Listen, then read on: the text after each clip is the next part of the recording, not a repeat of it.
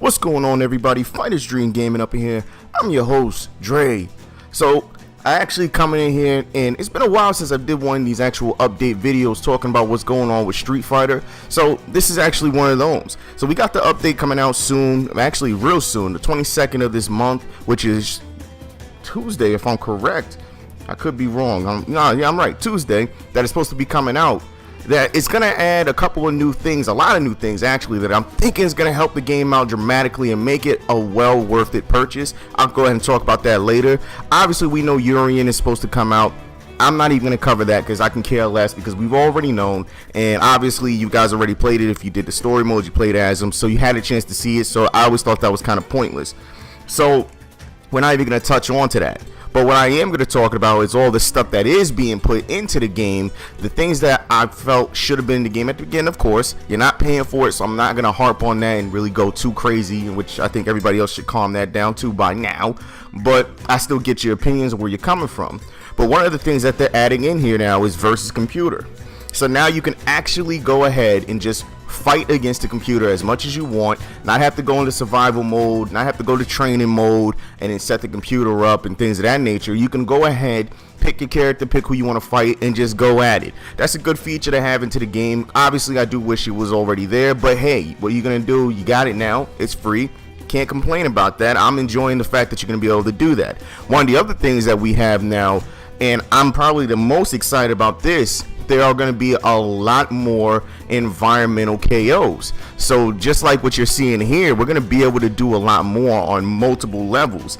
Now, the levels that they're talking about is the Shadowloo Base, Hillside Plaza, Underground Arena, Forgotten Waterfall, Union Station, Kazuki Estate, City in Chaos, Apprentice Alley, and Lair of the Four Kings. That's pretty much every single stage, guys. Can't be mad at that. I'm actually impressed that they're putting that many stages to actually have environmental KOs and things of that nature. That's cool. Now I'm wondering how in depth they're going to be. Obviously, there's been a couple of pictures online with the Shadowloo Base, for instance, that you get knocked onto a hoverboard and you go flying through the air. So I was like, okay, so clearly the stages aren't going to change, at least for some, like how you have with the actual Hong Kong level. The Hong Kong level, as we know, you get knocked through the doors and it's now another half of the level. I'm going to assume for City in Chaos it's going to be like what they did in story mode, that you get knocked into the bank. That would be the most logical way to go about it, and I'll be fine with that. That doesn't bother me whatsoever, because of the fact that we need more variation, we need more interaction and more content into the game that's already out. Yes, the fundamentals of the game are fine, the fighting is great, but yeah, there's not a lot of content for it, so it's necessary to have these kind of things in there. Obviously, we have some bug fixes that are coming into the game. Jury's reversal is not going to be intentional anymore, and it's not going to intentionally be able to knock down opponents under specific circumstances, so you can't just go ahead and keep using the spams and over again and knock people down and then be able to knock them down again, pretty much, which is like, all right, whatever. No one was really doing that, so I've seen it maybe once or twice. You can see videos online when people just have like an infinite loop going, but whatever, that's about it. Outside of that, pretty much what we got next, we do have a couple more costumes coming in here, more like color packs. You know what, I'm fine with the color packs coming into the game. Only reason I'm fine with it is because of the fact that if you go and you do a survival mode and you have to do like the hard one, that's, was it 50 and higher? Or no, it's 50. Yeah, it's 50 KOs that you have to get.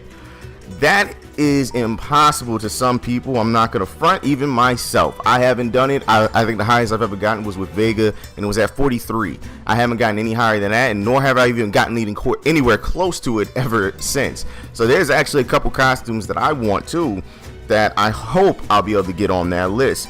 Now, for the costumes, the default colors, it's gonna be about $4.99 if you want all 16 of them, which is like, okay, that's kind of pushing it in my opinion. Or you can obviously just go ahead and use your fight money and go ahead and do what you got to do in the survival mode and get everything from there. If you don't want to do that, of course, then yeah, $4.99 if you want to get the 16 pack. And then if you want to just get 6, then you're looking at $1.99.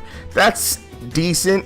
That's not too bad of a problem. Also, you can use 4K, not 4K, but your actual fight money also. You can use it in there also to buy it. It's about 85,000 for your fight money if you want all 16 default colors. To me, I don't think that's worth it. I think the stages are less than that.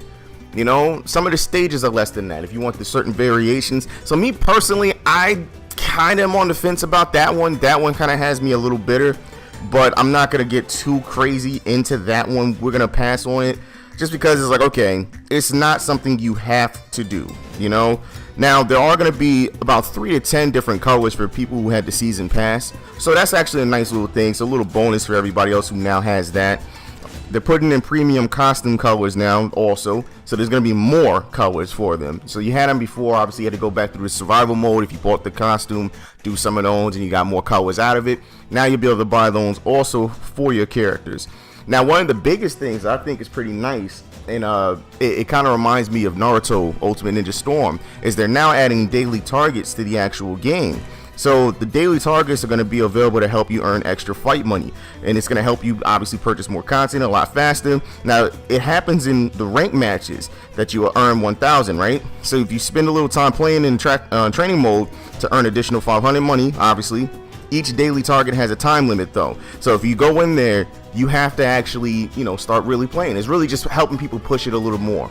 So that's going to be something to look into, and if you do get it, you get about 5,000 back. So let me guys know what you guys think of this actual update, because I'm actually surprised in the update, and I think it's going to be pretty good and definitely what the game needs.